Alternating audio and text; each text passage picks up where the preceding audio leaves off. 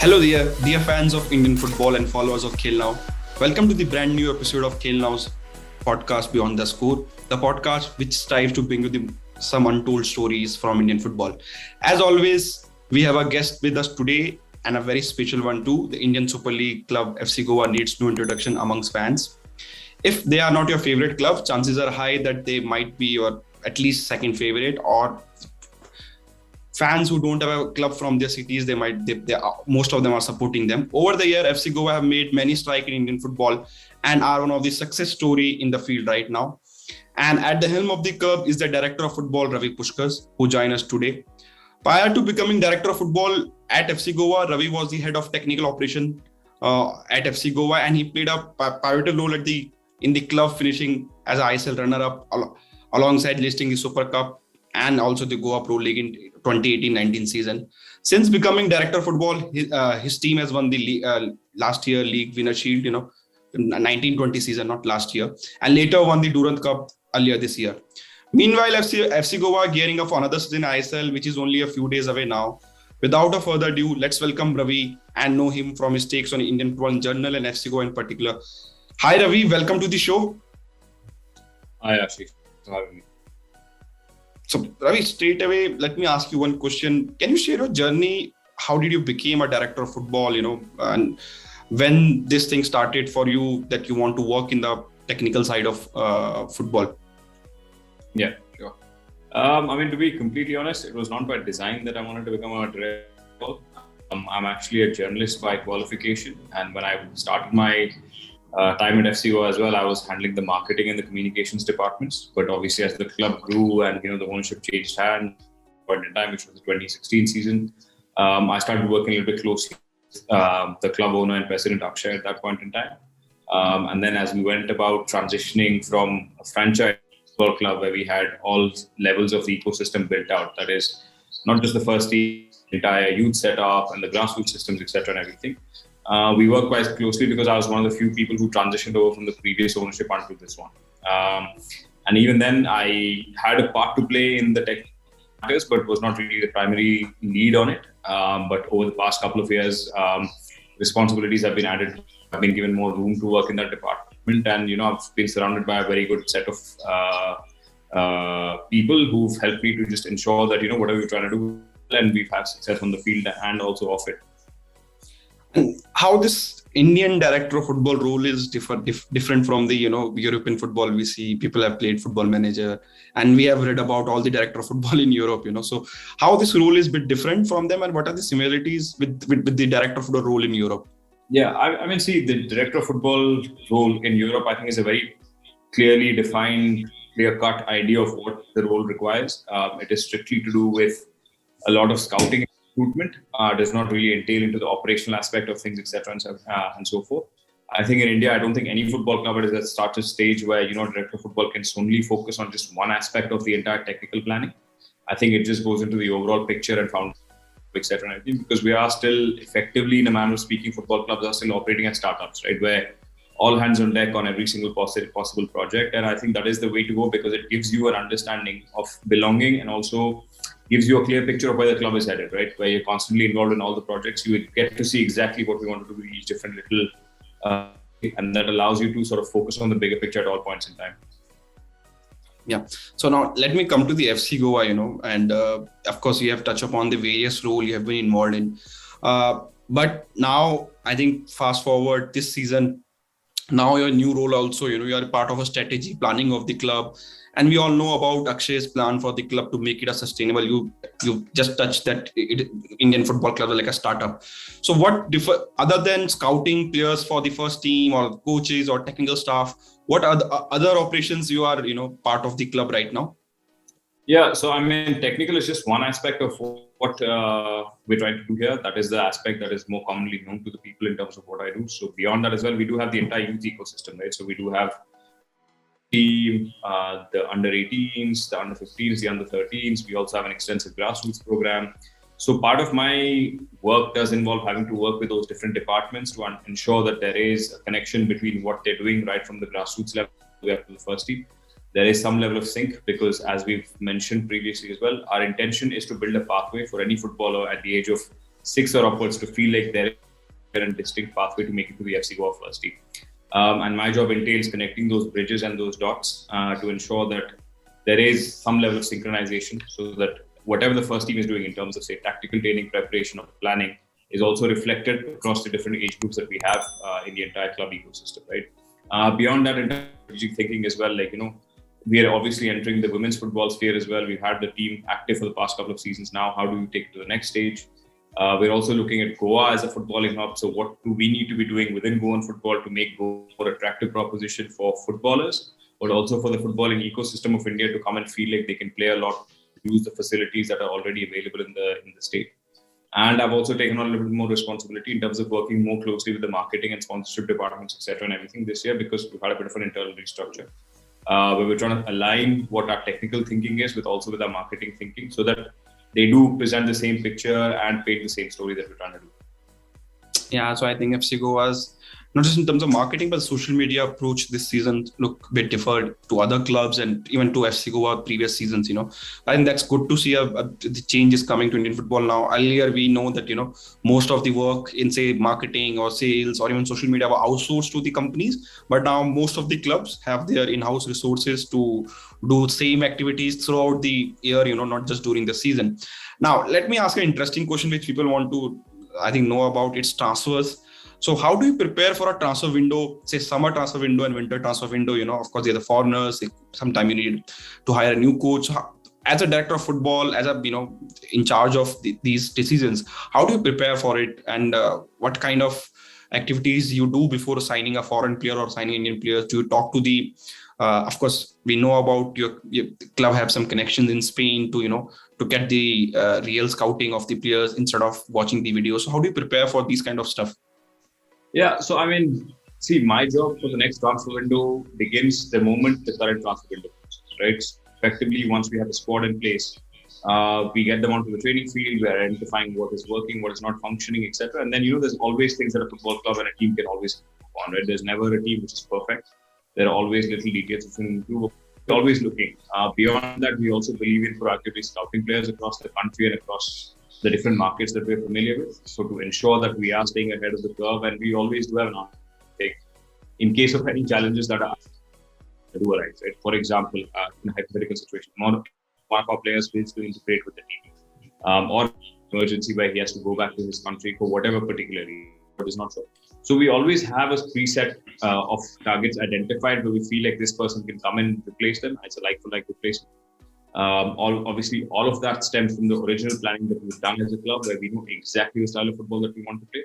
So we know who are the footballers that we feel will fit that profile, and then from there, obviously, going down into the detail. In terms of what sort of stuff we do when approaching a coach or a player, I think they're two very drastically different things. In terms of the coach, it does require a lot of conversation with that particular person, because I do believe that while football is all about the final product and what is the result on the pitch, I think it's very important to understand that person, whether it's a coach or a player, as a human being, right? Are they people who we feel can integrate what the club is thinking? Do they align with the club's culture and philosophy of how we want to run the football club and also our teams? Importantly, do they feel like there's somebody who we feel we can integrate into the Indian culture? Because it is vastly different to maybe a European or South American club. What is their sort of long-term objectives in terms of where do they see themselves developing? And we try and put all of them together, right? We want to see ambition, that hunger to succeed, the desire to work with youth players, and a genuine interest in India and in Indian footballing culture. When we feel like we have the right combination, that's when we try and hire a coach. In particular seasons as well, to just go a little bit in terms of Juan's recruitment as well, we feel like we needed a very distinct and specific kind of profile. We felt like we had done certain groundwork in terms of building the style of football. Now we felt we needed to add a few tweaks to it, and that's when we felt Juan's profile fitted the best in that regard, right? Similarly to that as well, in terms of the player. When we go out there and we're looking specifically for players who fit a certain role that we want them to perform within the team, right? So if it's a holding midfielder who's able to easily build out from the back, is able to work the press, and work in synchrony with the rest of the players that we have in our squad, right? It is all one big puzzle. We're just trying to find the perfect piece that fits in every corner. Touch wood, we've had luck, I think, where we've managed to nail most of our profiles up until this point in time. Very rarely have we not had the right profile come in and do the work that we expected that profile to do for us. But I think that goes down to a lot of background work that we do, a lot of thinking, a lot of discussion happens. We don't run an autocratic process where it's just one person's decision. While you might see my signature on the piece of paper that is finally signed, there is a lot of thought behind in the team that I have with me. I have some excellent resources who work with me in the background to sort of get the information out there, to recollect as much as we need to. And then we take a sort of measured decision where it's not just one person making a decision. It's 3 or 4 of us weighing in equally and then running it past the coach, taking the coach's opinion, and then we go back. And once we have conviction from across spectrums, that's when we actually go and sign the player. So let me come first on the Juan. So of course Lovera and FC Goa didn't have many coaches like other ISL team. You had Zico and then Lovera, and then Juan has come now in charge of the club. How many calls, because it's a COVID world, I mean, understand you can't travel to Europe and to meet the coach if you want to sign them like in past. How many calls you did with Juan? And other than Juan, how many coaches at least you've spoken once, before finalizing Juan as a head coach? Yeah, I mean, through the course of last summer, we had close to about 100 plus profiles that came in, right? Not all profiles showed the same level of interest. Some are just throwing their hat in the ring and hoping that, something comes out of the dark. But there are particular coaches who did sort of, do their homework on the club. They knew what they were talking about, etc. And we felt compelled to speak to them a little bit more, right? Because we value preparation from a coach when he's showing that level of interest, but the least to at least, give them the opportunity to speak and express it. And in Juan's particular case as well, I think we spoke to him about 4 or 5 times before we actually even discussed anything along the lines of salary, etc., and everything and all that. And it was just to ensure that he was in sync with what we were trying to achieve, and whether FC Goa as a club is in sync with Juan's project, his future career paths, etc., and everything as well, right? So, I mean, sure, we're bringing a coach in to develop what we have already here, but we also want the coach to feel like he will also learn something from here and can take as a carry moving forward, right? Because I'm pretty sure any coach who wants to make it big in life, their ambition is not to be the FC Goa head coach for the next 20 years, right? We do want to have it said that the coach worked with FC Goa but moved on to bigger and better things. Hopefully that's the case. That will happen with all the coaches that we bring across the board. And to the first point that you mentioned, we've not had a lot of coaches. It's a very simple belief that stems from the owner's vision and philosophy that we want to be a club that is stable, where there is job security, where people do feel like, okay, there is enough opportunity for them to grow and excel within their thing. We're a young club. We're not afraid of committing mistakes as long as we're learning from them. And I think that's what we've tried to inculcate, not just into the players, but also the coaches. And that's why if you notice, we give chances to coaches who are on the younger side. We're not worried about the experience factor, etc., what the world thinks about them. If we're convinced in what we feel they can add value to the club in, we will definitely go in that direction. So again, goes to the same with the players as well, right? That's why you see so many of our players from our reserve team to the first team, because we believe that at some point or the other, people have to be given an opportunity, and age should not be the deciding factor in when they get that opportunity. Okay. So just one question on the coach selection again, So, the agent sending the CVs of the coach, many coaches might be applying by themselves. So when you filter down those CVs, you say 100 of CVs have come, do you just see the CV or you see what coach have sent a presentation? Sometimes coach prepare a specific presentation while they're sending a CVs. And how do you filter those CVs? Your team went through the complete profile of the coaches or with the name, and then you see if this coach fits our philosophy, then only we will look in further detail of his profile. No, I mean, I don't think it's fair to just look at a CV and then make a decision based on that. We do obviously go and watch some of the coaches in terms of, we don't tell them that we're watching them, but we do watch their videos, right? How do their teams play? Is there a style of football that we feel will fit into what we're trying to achieve out here? We also do speak to people in and around that, might be a possible player, a different coach who's worked in that same ecosystem, might even be somebody who we feel we can trust to give an unbiased opinion on what they feel that coach can add value to, right? So we do all of that. We do extensive. We feel whether that coach can add to what we're doing, but not just add, but also improve upon what we're doing, right? So discard all the CVs as such.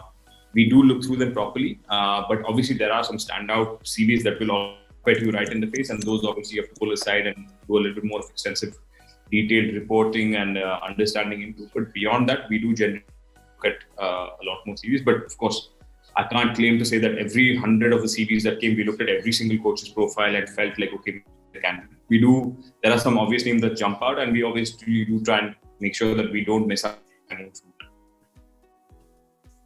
Okay.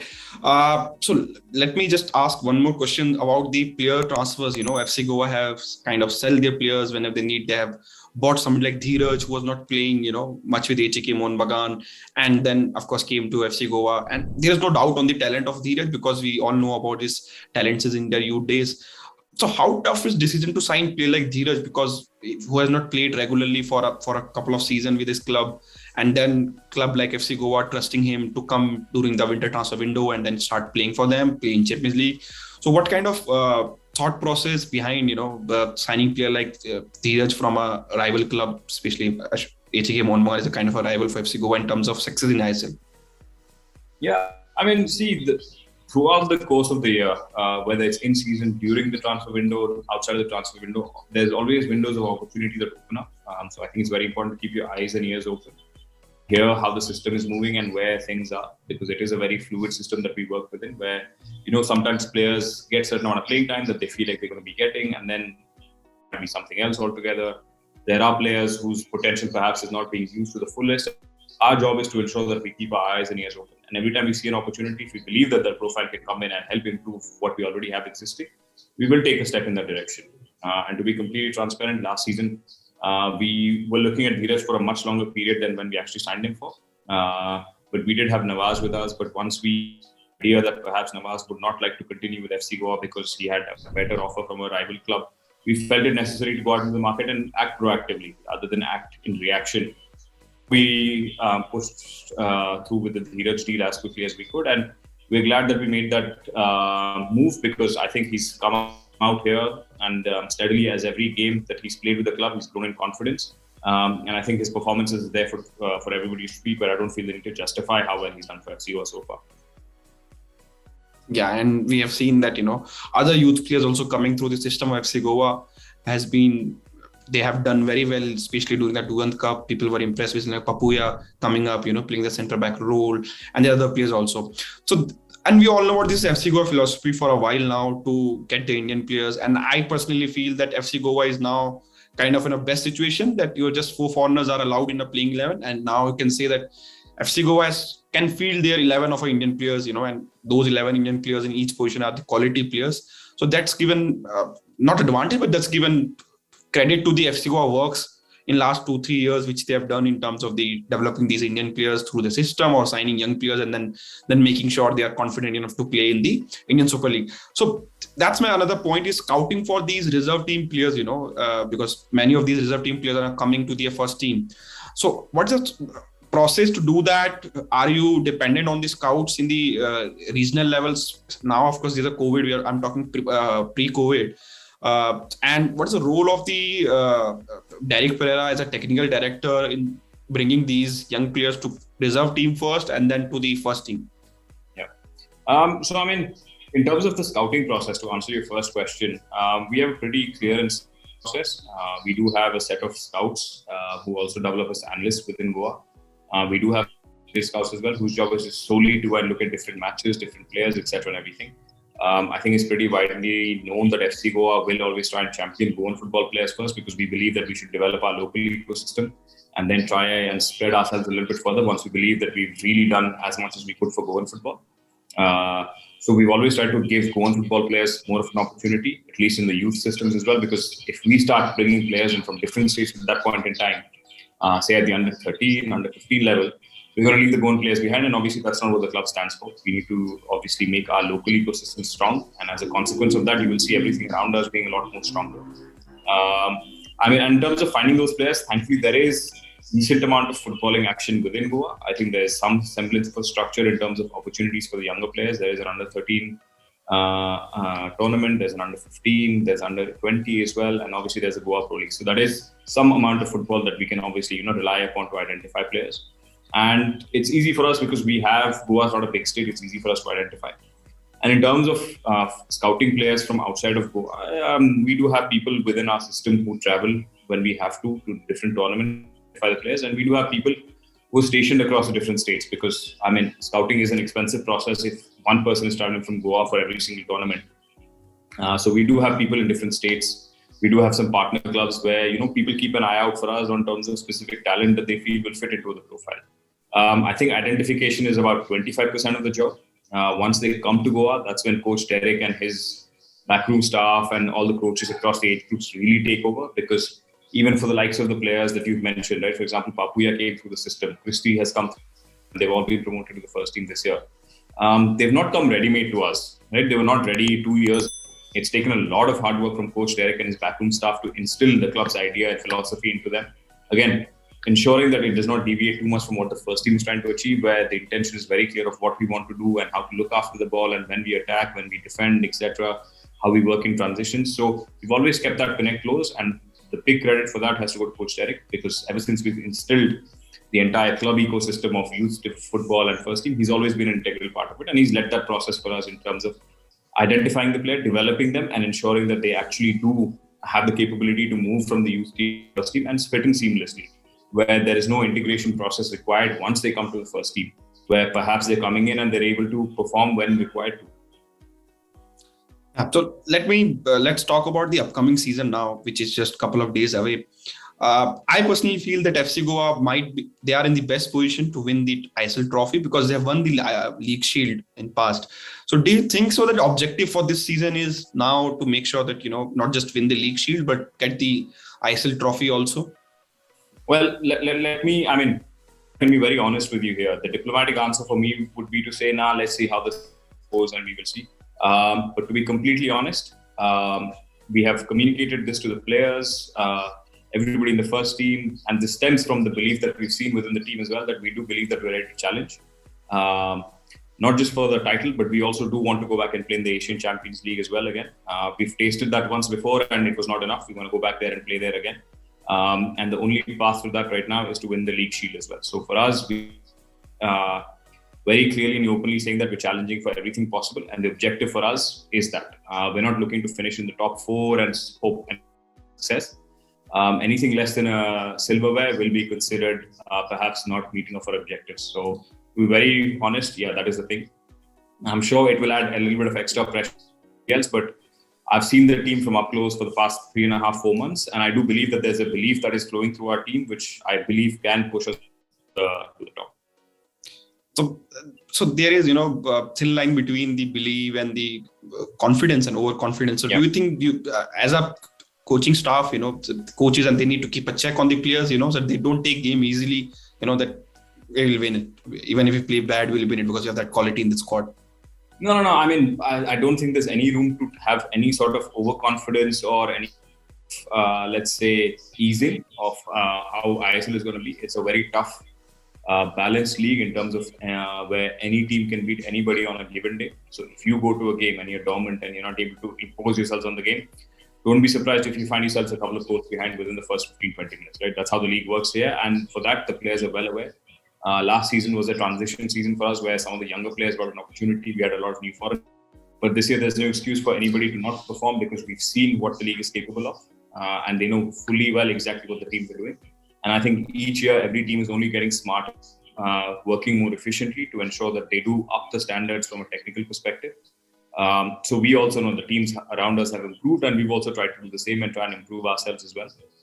And then it's just about going out to the best of their abilities, because in our squad, the one thing that I'm extremely happy about is that if there's a player who feels like he's got his role for guaranteed and thing, there's somebody sniffing right behind him and ready to take his spot up. Yeah. So let me ask about Durand Cup. We know all about the weather, bad training facilities and everything.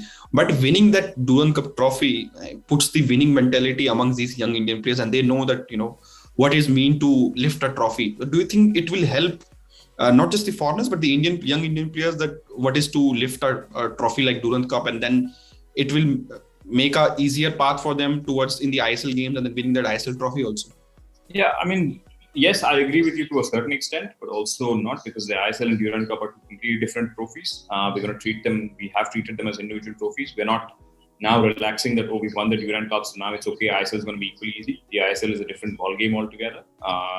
Mistakes are going to be punished a lot more harder this time in the ISL. So for us, it's, yes, definitely, like you said, it is where there is confidence flowing within the team that, okay, yes, need that little spark to believe and make the team believe that you've made that next step, right? I do believe that Durand Cup has helped us do that, where even players who might possibly be doubting what their capabilities are no longer in that frame of doubt. I would be very surprised if all of our players didn't approach every game with the self-belief that they belong at this level, because they've time and again proved it. Some of them have matured over the past 4-5 years into leaders in the team, and we expect them to sort of pull else up along with them to ensure that the team is performing optimally in every possible game. Yeah, so Durand Cup also kind of brought a couple of injuries for FC Goa, and then there is a injury in the preseason games for Muhammed Nemil. So how squad is shaping up in terms of the injuries? Are these injured players back in the grass training, or what is the stage of the recovery right now? Yeah, so I mean, we were unfortunate where Jorge got injured in basically what was his first game of the preseason. Nemil picked up an injury towards the last month or so, just at the beginning of the month. But thankfully, as I speak to you right now, there's nobody who's sitting on the injury table out for a prolonged period. All of the ones that we've just mentioned are all back on the ground again, and they're training as well. And we hope that, if not anything, most of them will be available within the first 1 or 2 match days itself.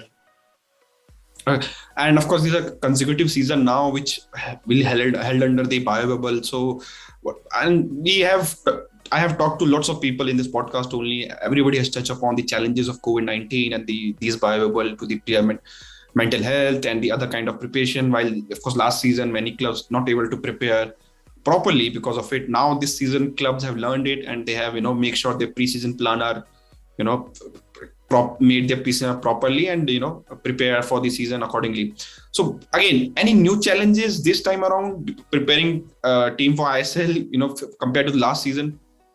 Yeah, I mean, see, to be honest, every season is a challenge. This is the one thing that I've learned across the course last 4-5 years that I've been with the club in a technical capacity, where no matter how well you plan for something, there is always something unforeseen that does come up. And I think ultimately it's successful is about a collective set of decision making and taking the right decision at the right time. This season as well, we find that being in a bubble would be challenging to the mentally, because I was personally in the bubble last season with the team, and I realized how tough it can be who do have family, and also on players who do not have family around because they're missing them. So we've got an in-house sports psychologist this time working with the team 24/7, living with the team within the bubble as well, to address whatever things there might be. We've tried to make their stay a little bit more comfortable this time, where we've tried to give them access to as many open air spaces as possible, because obviously being confined to a hotel is no fun. So try to make that hotel look as big as possible in every manner of speaking. We've tried to find more for them to feel like they do not have to constantly think about football. And obviously all of that stemmed with the fact that the players are also mentalized a little bit better and mentally prepared better. We hope will make this anything but as challenging as last year. But again, there are little things that will keep propping up, and it's up to us as the management and also the coaching staff to ensure that we do face these challenges head on and nip them in the bud before they become a bigger issue. Now, talking about the transfer business done for this season, FC Goa has not, their team is very similar to the last season. There were only, I think, 3 to 4 players which they left the club, and 3-4 clubs have come into the club. Let me start with the forward, center forward. We have seen ISL clubs struggling to replace their, prolific goal scorer once they leave the club. So in last 2-3 seasons now, FC Goa has, the Koro was one of the, highest goal scorer for FC Goa. He left the club. You guys brought in Igor Angulo, who was on the higher side of 30s, in mid-30s in age, and he again did well, scored the goals. Again, he is signed by Mumbai City FC. So again, FC Goa has brought in another Spanish striker. So what is success mantra for this, to replacing a striker with a successful striker? Because I can see a couple of clubs who are kind of not able to do it for last 3-4 seasons, and I think their whole season get kind of not get the similar kind of success if they are that kind of a center forward with them. So what is success mantra behind signing these successful striker with FC Goa? I mean, there's no magic to it. It's a pretty simple process. We always try and look at 2 things when it comes to a striker. One, does he fit into the team's profile of play? So we are looking for a striker who's able to operate smartly between the lines, because we are a team that does keep the ball for quite long and extensive periods of time. So in that situation, a striker has to be a little bit more patient. keep moving, keep working the defense line, always try and find the gaps either between lines or behind the defensive line as well. And when the opportunity comes, they should be sharp in front of goal. Koro obviously is perhaps the most complete striker I've seen, and that is from a zero bias point of view. He genuinely is the best all-round striker I've seen in the league up until this point in time, where his build-up play, his finishing, his ability to read what was happening, his patience on the ball, to make the right moves at the right time, to create spaces, not just for himself, but for teammates, I'm yet to see. Is unparalleled. Igor, again, was perhaps the finisher I've seen. I think he had about 15 chances in ISL last season, and he scored 14 of them. Again, his ability to sniff out a goal, to find the right space behind the defensive line was secondary to none.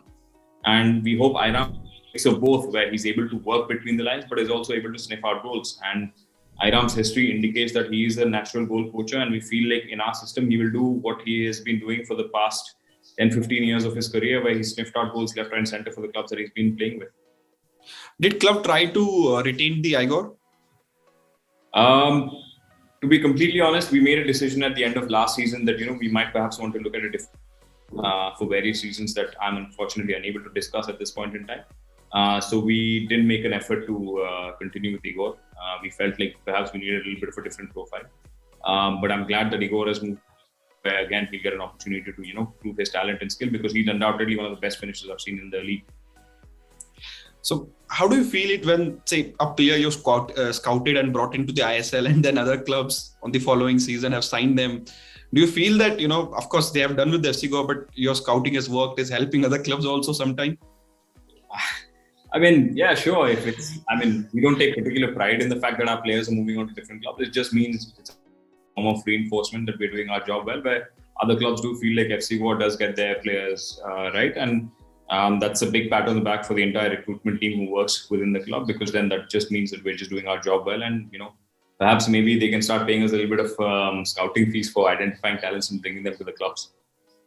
And does this put up more pressure on you, because to replace a Koro and then Angulo this season, and to other foreigners also, to bring that similar kind of quality, maybe better quality sometime, and make sure the replacement does work out well for FC Goa?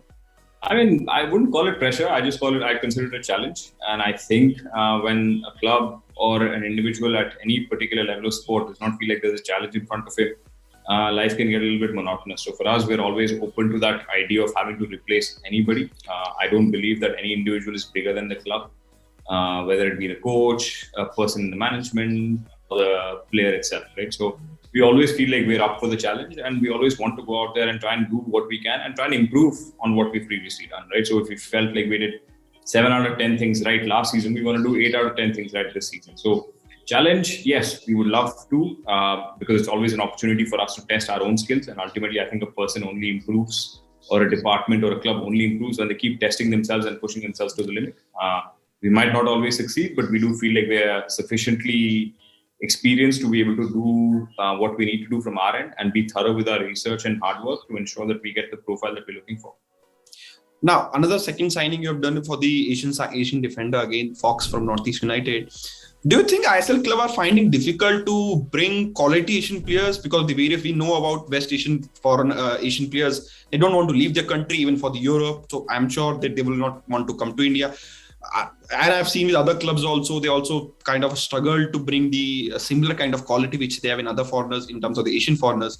Do you think what ISL clubs can do to attract these Asian players or bring the better quality on board? Yeah, I mean, I wouldn't say ISL clubs are struggling to get better quality on board. I do think that there's still a huge amount of quality in the league this year. I think some of the clubs that have signed, say the clubs that did need to do a revamp or have bought sort of a different set of players, and I think they've done extremely well. I think this year there's a big challenge that there's the Arab Cup, where a lot of the players will have to go back on national team duty there, and obviously them going away on national team duty means they're missing about 4 to 5 games, and which accounts for about 25% of the season. So obviously no ISL club would want to have their player lose out for that amount of time.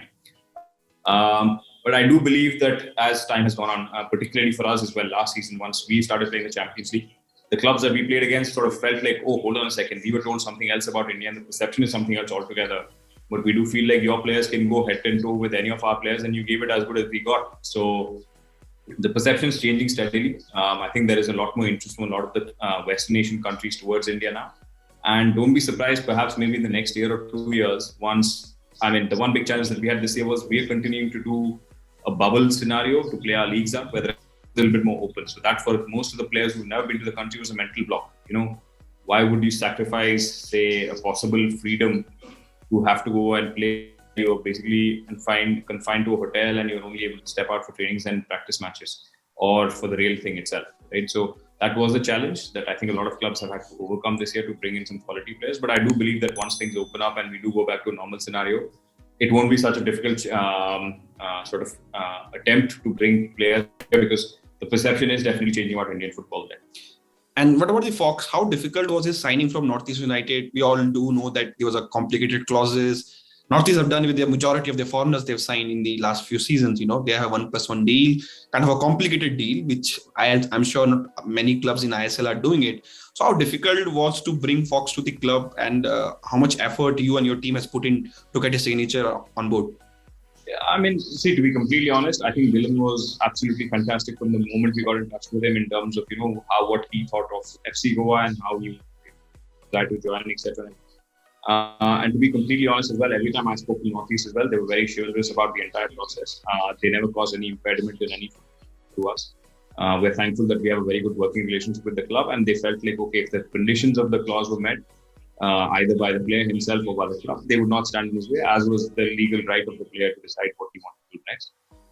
So it was just about ensuring that things fell into place, and the only reason we were taking our time was because we did want to ensure that we got our striker on board before we completed our Asian signing, because we didn't want to leave any room for inflexibility at that point in time.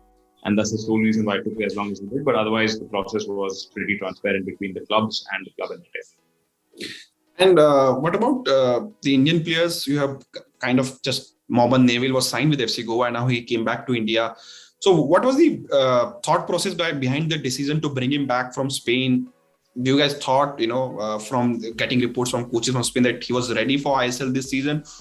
Or he was just brought into part of the squad and you were surprised with his performance in the Durand Cup? Yeah, Nemil, when we signed him on a long-term contract, the intention was obviously always to ensure that he graduated to the first team. We had seen him in person when he was playing for the Reliance Young Champs teams, etc., and everything, that he was a standout player. He was in Spain to do what we would call his footballing education, where we felt he would get more opportunities, more playing time, etc., and everything. And this summer we had a couple of clubs in Spain as well, where they sort of offered some sort of conditions, but we felt like perhaps it was time for him to take a shot in the ISL first team. And I was confident that he would be a player who would be a standout, who would be able to crack the first team. And I felt he had enough technical and tactical understanding to fit right in with the rest of the team. And I think that's been the case, that he's proved himself in Durand Cup. Having said that, I don't think he's a finished product just yet. I still do think there's a lot of work that needs to be done with Nemil. But I'm confident that the more time he spends with his teammates and with the coaching staff and with the club, the better he will get. If he improves upon his defensive, I'm pretty sure he'll be a top-class player, and he will be getting a national team call-up hopefully soon enough. Where do you see him playing in the long term, as a number 10 or the right winger? I think Nemil is best when he's playing through the middle of the pitch. He should be somebody who should be shunted out to make room for somebody else. I feel he's best placed in the middle because he has a wide range of passing and he has excellent vision. So to make best use of his skill, I think he should play through the middle. But that's my personal. Let's see how the coaches and how the player himself sees. Now Goa has 3 Indian players. Brendan is there, Princeton is there, now Nemil is there. I think all 3 can play as a number 10 position. And that's still the competition for the places at the club. And of course, they can play on the other positions also. But I just wanted to know, where you feel that he will be more comfortable. Just want to ask about Ishan Pandita also. He came, I think he did a good job for FC Goa last season. What was it? Of course, he wanted more playing time. We have read about it. And then he, of course, went on to join Jamshedpur FC. Of course, he will be competing with 2 foreigners centre forward. So what was the thought process, again, to sell him to Jamshedpur and, kind of not replace him? So you have Devendra, who was already part of the squad, playing in the centre forward role. So can you just shed some light on that? Yeah, it was a very simple sort of process, to be honest. Ishan, season finished, expressed to us that he wanted to move because he felt like he needed to get more playing time. Obviously, we as a club cannot guarantee playing time to anybody, whether it's an Indian or a foreigner. Everybody has to earn it on their merit. But I do believe that some other clubs did approach Ishan and said, possibly we can do that for you. So therefore we said, okay, we never want to stand in the way of a player's If a player feels that he's best suited to go and play for another club, we will obviously not stand in his way. Obviously, there is some compensation that has to be given back to the club because we were the fight and brought the talent into the country, and he has an active contract with us. And once Jamshedpur expressed an interest and did so officially, we asked them to, put a fair valuation to it, which they did. And at that point in time, we felt like, okay, perhaps we should take it in everybody involved. FC Goa, Ishan, and Jamshedpur, because everybody felt like it could be a win-win for all of them, and therefore we decided to move ahead with that. But we also did that in the confidence and fully well knowing that Devendra is somebody who, every time he got an opportunity last year, took it. I think you would have noticed in the Durand Cup as well, he's got an excellent eye for goal. And we felt like he was more than a capable replacement. And we will see more and more of him this season, I'm sure of. Just one question on these kind of deals, where the transfer fee is involved. So in Europe, we know that player agent, there are middlemen also to get the deal between the clubs. How does it work in ISL clubs where the transfer fees need to pay? Our clubs are talking to the other club directly, or the player agent is in between, making sure the communication between the clubs are done through him? Yeah, thankfully the ISL is not as murky as the English Premier League or any other European league where there's at least 100 people involved between two clubs. Here we are fortunate enough that people are able to pick up the phone and speak directly to the counterpart at the different clubs. And to be honest as well, even in Ishan's case as well, once sort of we had an understanding that perhaps he wanted to go in that direction, Jamshedpur were pretty straightforward and picked the phone up on us and called us directly, and it was not taking very long for us to sort of come to a conclusion on the deal. So it's a simple phone call, to be honest. So why make it a bigger process than it needs to be? And how do you put the value on the player? That what is the transfer fee you need to take, or what is you call it compensation, but you can call it transfer fee also. So how do you put that value? Is it your decision, or again there is a committee of people who think that this is the ballpark figure, this is the lower limit, this is the upper limit, this is something we should get for this particular player?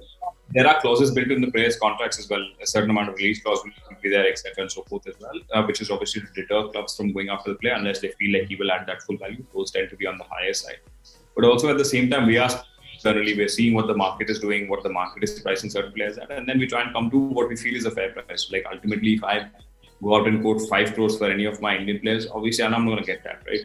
And is there an intention to sell in the first place? If we feel like there's an intention to sell and we feel like a fair value is being given and the player does not want to represent the club, then we feel we should try and find a situation where it's a win-win for everybody. If you're interested in selling the player, trust me, I will never quote anything below 5.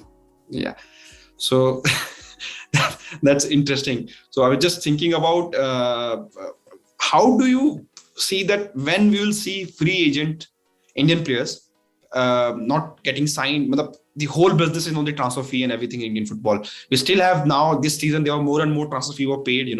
Other clubs have done it. FC Goa has done it. So how long do you see before we see this system fully get implemented? Of course, there will be free agent signing just like in Europe, but majority of the transfer business is done through the transfers, not the free agent signing. Yeah. I mean, I don't think we're very far away because now almost all the squads have a settled system where all the players are signed up on long-term contracts. I mean, there's players signing 4 or 5 contracts, and I think there's 5, which is the longest allowed. Most clubs have now signed players to that regard, right? So now if I want to go out and shop for a player who's very good, obviously the club is going to put a transfer fee in front of me, which you have to pick up and then make a decision on, etc. and so forth. So I don't see how it's going to last very long, but obviously cycles do end. There are players on a free agency thing, but again, it's about who's sharpest and who's fastest to the finger and ensuring that they get the player. But I don't think any club is now taking it so easy and letting players walk out for free, and they don't feel the need for the player. And they feel it's a burden to have that player's salary on their books. But otherwise, every club, even if it's a marginal or a small minimal amount, there is always a transfer fee attached, because now that is one way where you can move the system and the finances of the ecosystem around, right? Where, there is movement of money. Okay. I understand, of course, club have not announced the any signing for Anwar Ali. They have just announced that he has joined the training. And what we understand, and I think we did an article that he is likely to sign 18 months deal with the FC Goa when the January transfer window opened. How did you guys convince him to join FC Goa? Because as you understand, there are at least 2 more ISL team who are looking to get his signatures. And of course, again, he was under the long-term contract with Delhi FC, and this is kind of a win-win situation for all 3 parties. I also tweeted that, long term, 18 months give Anwar Ali good time to come back to the top level football, train with FC Goa, and then show the club what he's made of. Again, FC Goa gets chance to see a player closely, because till now, since he made his comeback, he was playing in the State League, then in Durand Cup, then in I-League second division, which is still a level below ISL. And for a club like Delhi FC, who kind of gave him chance, and it's helped them to protect his value and get more suitors maybe once the 18 months loan get completed with FC Goa. So for Anwar, our thing was pretty simple. We've been very transparent and open about the entire process with Anwar and his parent club from the very beginning. We felt like if the opportunity was given, he was a player who deserved to get a chance. And when the AFF medical committee basically cleared him, we felt like we could go and speak to the player directly. We had kept an eye on him and kept tabs with him and the club through the entire summer and also in the lead up from the beginning of the year. And I think they appreciated the fact that we were constantly in touch with them, and they felt like, we'd shown them and the player due credit and given him the due respect to, just make sure that he was okay and everything and so forth. And when we did place a formal offer in terms of, letting him to come and train with us and then possibly extending that the loan deal subject to how he trains, etc. and everything, they were very open to that idea. We presented to them very clearly what our plan would be if he was to join us as a player. We felt like we could only develop his skill and make him a better player than what he would have been, say, if he didn't join us. And we hope that now that that will all translate into reality. And he's begun training with the team as of a couple of days ago. He has up until January to sort of get integrated with the team, and hopefully in January he's done enough for the coaching staff to come back and tell us to sort of take him up on a long-term deal and see how best we can do with his talent and resources. So while we're on the centre-back topics, FC Goa already have Iban with them, which I understand clubs rates very highly. And we have till now have touched upon all the successful kind of transfer deals or signing you guys have done. I just touch upon the on Sana, so who is playing for Hyderabad FC, playing for national team. He was with FC Goa for a couple of seasons, Do you think the club would have maybe integrated him better, so that you could have not needed a signing an Indian centre-back desperately as right now? I think that's a fair assessment. It's not just Sana as well. I do think there was at least about 3 or 4 players who unfortunately didn't get the playing time that I feel that they could have perhaps got, which would have convinced them to stay on with the club. I do, without wanting to mince any words, have to put our hand up and say that I think they left because of lack of playing time at FC Goa and lack of opportunities. And that's obviously a mistake that we do not want to repeat, where we're trying to give as many youngsters a chance as possible. Definitely, I think Sana is somebody that we missed out on. And I'm glad that he's able to go to a club like Hyderabad, where they've, valued his skills and, have given him the playing time. And, I'm glad that he was able to make his national team debut thereafter. I understand that, the reasons behind that these players not getting lack of time, we can't mention here. And to just touch upon, so that was an important factor when, say, bringing someone like Juan into the charge of the club, that you need to bring these youngsters through. And just to, again, add on this question is, how important role Goa Pro League plays in the development of these players coming through FC Goa reserve team to senior team, and how regularly, say, the head coach of the club watches these Goa Pro League games. Right. To go back to this thing, yes, Juan does have a mandate to try and develop young players as much as possible. But again, purely on the fact that the young players prove themselves and show that there is merit to them being given an opportunity. It's not a free-for-all that any young player that does pass through this ecosystem has to be played. They have to prove themselves capable of integrating into the team and so forth. And how does the Goa Pro League help? It helps immensely because it's consistent competition across the entire season where players are getting to play over and over again against perhaps players who are older than them, more experienced than them. It stands them in good stead because that is effectively the testing ground for us to be able to see them and work with them as much as possible. And then we try and fine-tune the skills before they make the step up to the first team.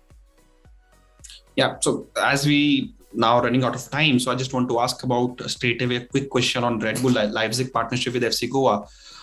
What we don't know about it till now, we have read all the press releases club have sent. What both the clubs are, something they are working on new development which you don't know about till now? Yeah, so while we've signed the agreement, I think a year and a half ago, what we didn't sort of take into account was COVID-19, right? That has obviously hampered big time our planning and thinking. We've had to reinvent how we wanted to work together. We've been doing a lot of work on the social media sphere, etc., and everything and all that. But in the background also, we've been working with them a lot towards our youth programs, grassroots programs, etc., and everything. So we are looking, hopefully, that once the borders open up, there will be a cross exchange of technical knowledge. There might even be players traveling from India to RBL. There might be players coming from there to here to participate in a possible tournament. We're going to be considering putting together some camps across the country where we'll identify talent to possibly either send to Germany directly, or they will come and train with us first before we trim that list a little further and send them across. So there is a lot in the pipeline. Again, this is all in planning phases and etc. and everything, quite simply because we have to reinvent all of our timelines based on COVID-19 thing. But I think some good things have come out of it. In the past year, for example, the national soccer camps, the digital academy that we did create online has now gone into something which we are quite consistently going to focus on a little bit more going down the line as well. Yeah. So let me also ask what are FC Goa plans for the women's team and the women's soccer in the state? Yeah, see, I mean, we want to treat and we are trying to push that sphere of the sport as much as possible. We do have a team that competes in the local league, but we don't feel that it's even close to enough amount of game time they should be getting. We are only playing 4 or 5 games a season. I don't think it's sufficient competition at all. We are hopeful. We are trying to discuss with the GFA to try and make it a more expanded league, etc. and so forth. And we're trying to do whatever we can from our end to help with that process.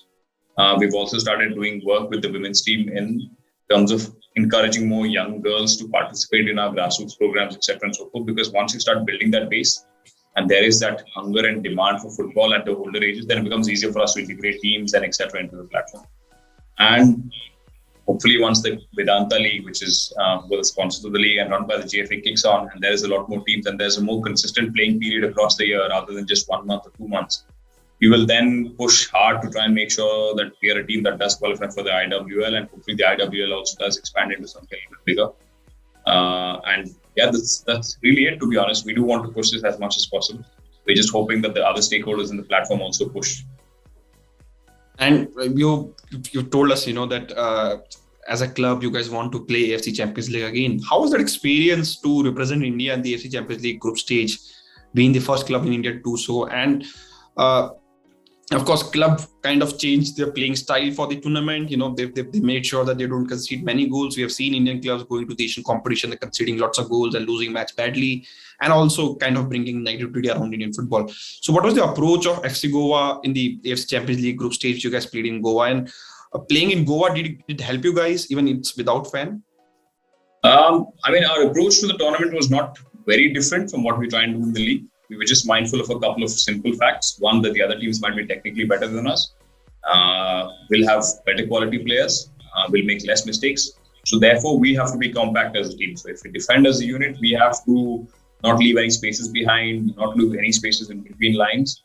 And when we had the ball, we knew that we had to move it a little bit faster than, say, perhaps in the ISL, where there's room for you to sort of catch up, etc. and everything, because there the teams are unforgiving, because if they steal a ball in transition and they do transition on you, they will definitely score, right, for the pure quality of the players that we were playing up against. So that was a small tactical adjustment that we made in terms of being mindful of the fact who we were playing against, and also ensuring that we were compact across the lines. And in terms of the experience, I think it was one of the best experiences that the club has had in general. A lot of the senior players as well within the team, the Indian players have been there around for quite a while, were incredibly impressed with sort of the approach to the entire tournament, how the other teams were, what sort of professional standards were set, etc. and everything. And that, I think, is what remained with us. And to be completely honest, before the tournament began, had you offered, say, 3 points or 4 points or whatever it is that we did pick up in the tournament, I would have definitely signed on a piece of paper saying, I'll take this for sure, because it would have been considered a success. But after having played that tournament, we do feel like we have some unfinished business there, and we'll try and get back there as much and as soon as possible. To try and sort of, amend where we felt like we didn't do enough in the last time that we did participate. So last question for you, Ravi. It's basically on the 4 foreigners rule, which is coming into ISL this season, likely to be 3 plus 1 foreigner maybe in the upcoming season. Then there are, of course, possibilities were there last season also, but there are possibility of next season having 26, I think 30 games per team if there is 11 team in the league, playing each team 3 times. So thoughts on these, and how you guys preparing for these changes in the upcoming season in Indian Super League and Indian football? Yeah, so I mean, none of these are confirmed so far, but we are preparing for all eventualities and scenarios. I think it's a very welcome move that the league is going to be expanded into a much bigger competition where it's at least 30 games per season.